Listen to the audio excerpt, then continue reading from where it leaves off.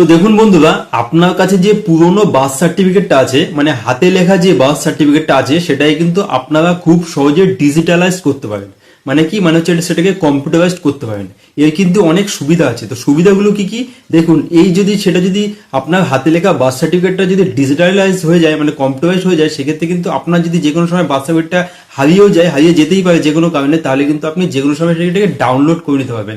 আপনার কিন্তু চিন্তা থাকবে না, চিন্তা থেকে মুক্তি পেয়ে যাবেন। এবং এই যে এখন যে এসআইআর আবহ চলছে, সেখানে কিন্তু বার্থ সার্টিফিকেটটা একটি খুবই গুরুত্বপূর্ণ নথি।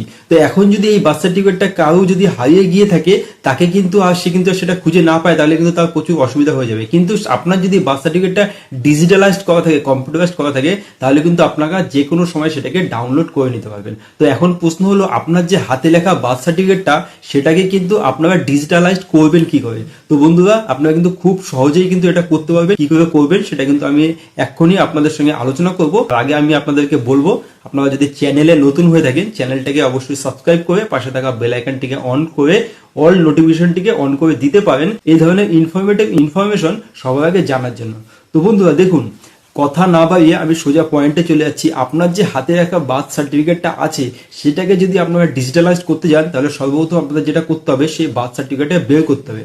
বের করার পর আপনারা ভালো করে দেখবেন যে সেই বার্থ সার্টিফিকেটে একটা স্ট্যাম্প থাকবে নিচের দিকে। তো সেই স্ট্যাম্পেই কিন্তু আপনারা পেয়ে যাবেন যে ওই বার্থ সার্টিফিকেটটা কোথা থেকে ইস্যু হয়েছে।